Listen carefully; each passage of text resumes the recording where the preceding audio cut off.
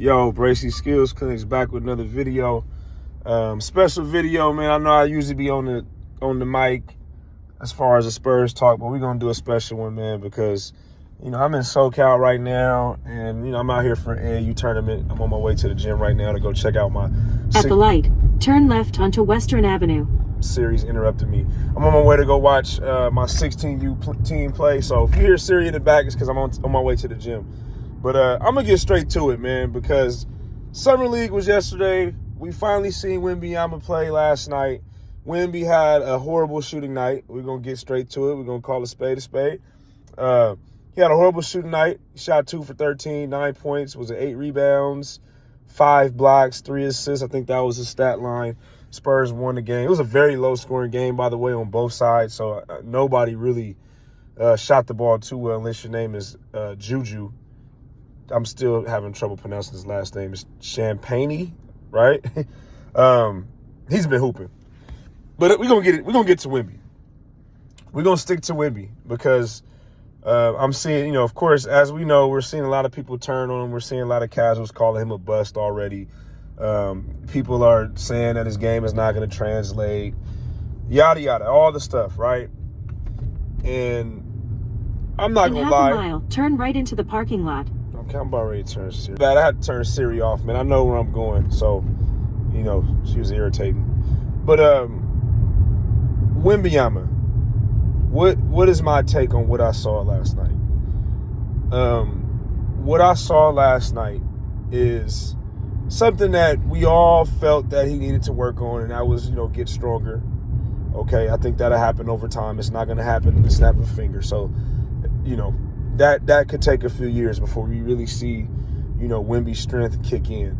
So, that's number one. What I will say about the 2 for 13 that I think a lot of people are kind of overlooking, I'm not giving him a pass or anything like that. I'm just speaking from a hooper standpoint. I will say that I like how aggressive he was. Okay, it wasn't like watching like Alonzo Ball type where he just wasn't trying to be aggressive and wasn't trying to make plays. Like Wemby was being very aggressive yesterday. He was trying to get to the basket. From the start of the game, he came out very aggressive, trying to get to the basket, and he had a lot of missed shots that he probably should have finished. But I will say that I do like how aggressive he was yesterday, and I think that type of aggression is something that can't be overlooked because it shows that he is a competitor. Okay, I think that's number one. That's what stuck out on the positive side. Another thing on the positive side, and I remember Draymond Green touched up on it on the podcast with Paul George. Sorry, I'm doing my little my parking, so bear with me. But anyways, Draymond Green talked about it on his podcast about, the concerns if guys do get under him and the disadvantages of being as tall as he is. Okay, he talked about all those things, right? And I think Draymond, those were all valid and correct points. And, he also talked about how regardless of what he ends up being, even if he doesn't pair up offensively to what we would hope or what we would expect, at the very, very least, he's going to be an elite rim protector.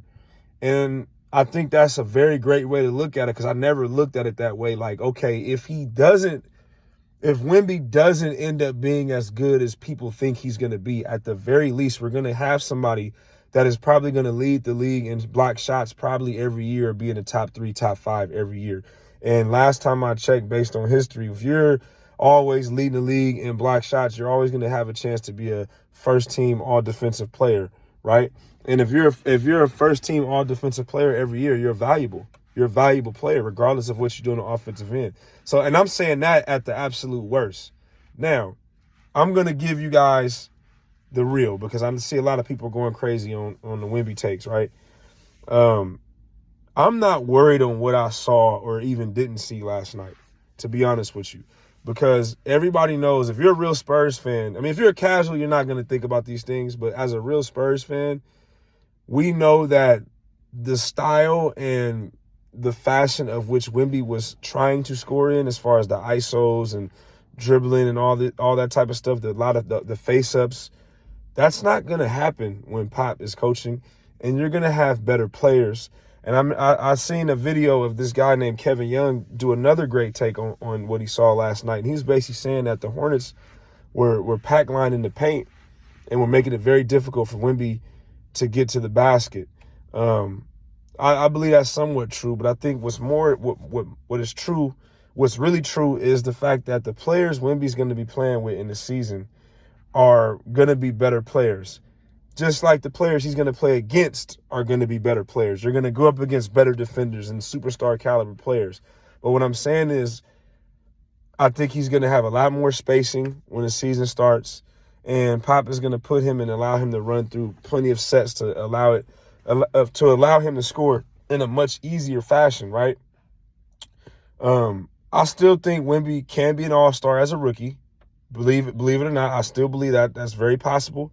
And I also think that once he gets settled in, the summer league is great for him. I think we do need to see Wemby play. If it's not the whole summer league, I think we need to get at least a good 3 to 4 games out of him, to be honest, because, I think these games are important because it's going to help him get ready for the big dance. Like, you got to think the adjustment period and the film study that he's going to watch from dealing with summer league games that don't count. He's going to go into the season I way more ready than what he was last night. I tell you that. Like, he's trying to adjust. He didn't play in Sacramento, and the team is there's a lot of continuity with this summer league team, with our summer league team, because you got Malachi Branham and Blake Wesley and Juju and Don Barlow. These are guys that been there and played together in the G League last year. These guys played together last year in the G League, so they're a real team. Wemby's trying to fit in. Like, we got to cut him some slack. I'm not saying that you can't, look at certain things and say, okay, I wonder how this is going to translate, or Wemby needs to work on this or needs to do this. Hey, that's fine to say those things, but we do got to think about the realistic psychological element of joining a team joining a team that's already 2 games in and trying to already adjust to the NBA game on top of that, and then trying to learn a system. Like, this is not, like, no offense, but this isn't the Orlando Magic or the Houston Rockets where there's really not a system there yet. So everybody's just out there just gunning ISO ball. Like the Spurs, even in Summer League, they have a system that they're trying to get their guys to run.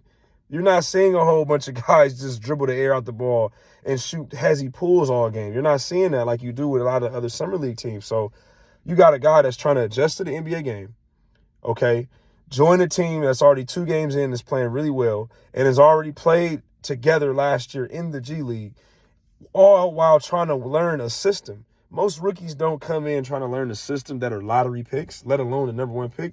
There ain't no system there 9 times out of 10. This is a different type of scenario where our number 1 pick is being coached by the greatest coach of all time that has a championship pedigree. So even though we're not as good as we used to be, Pop is still going to run his system. You get what I'm saying? So it's a lot of adjustments. It's not just adjusting to the NBA game. He has to adjust to the Spurs way. Whether you agree or disagree, that's a lot to handle. Not like I said, I'm not giving him an excuse. I'm just allowing you guys to really think about, what Wemby is adapting to. It's not just the NBA game. Like, he has to learn the Spurs system too. It's tough learning the Spurs system. They're going to run a system, bro. Pop is going to run a system. And, those assistants and those guys that are coaching the Summer League they're under Pop, man. They're gonna look a certain way. They're not going to just do whatever and then they get to Pop and everything's going to be 100% different. They may not run everything that Pop do, and there may be a little bit more freedom, but they're still going to want their young players, to learn the Spurs way. There's no doubt about that. And, he's not just adjusting to the NBA game. He's also adjusting to that. That's a reason. I think that's part of the reason why he came out in the press conference and said what he said. He didn't really know what he was doing out there. He's just trying to learn. Bro, he's talking about the system. He's talking about the NBA game too, but I think he's really talking about the Spurs system. And I know some people are going to disagree with, Pop's way, but, bro, we develop players for a reason. We can't knock the system. And that same system that Pop runs has developed plenty of young players and turned guys into stars and have gotten guys contracts. DeJounte Murray just got $120 million, and a good bulk of that is because of the work he's done with San Antonio to prove his worth. Like, so let's be patient with Wemby. And I think it was somewhat of a good thing that it happened the way it happened, because if he would have came out and scored 30 points yesterday, everybody would have been juiced. And then if he would have came out in the regular season and struggled, then they would have been like, oh, see, it was Summer League. He did it because it was Summer League. He can't do it against the real players. So, either way, because of the timing and where we are in the calendar year and it being July, there's no better way Wemby's going to win people over until the actual season starts, whether it's good or bad. So we got to keep that in mind. Like, even if Wemby go out there and score 30 points, if Wemby go out there and struggle tomorrow, they're going to talk about Wemby. If Wemby go out and score 30 points, they're going to say, okay, we don't know if he's going to do it against real NBA players. Like, it's a lose-lose situation with Wemby until the season starts. That's real talk. So, we just got to take it for what it is and evaluate him and keep watching. But I'll agree with Draymond and say, hey, man, at the very least, we're getting an elite rim protector that is going to lead the league or be amongst the league leaders in block shots. I don't care what anyone says. That is very valuable. That's still very valuable. So, and that's at worst, absolute worst. I still think he's going to be fine.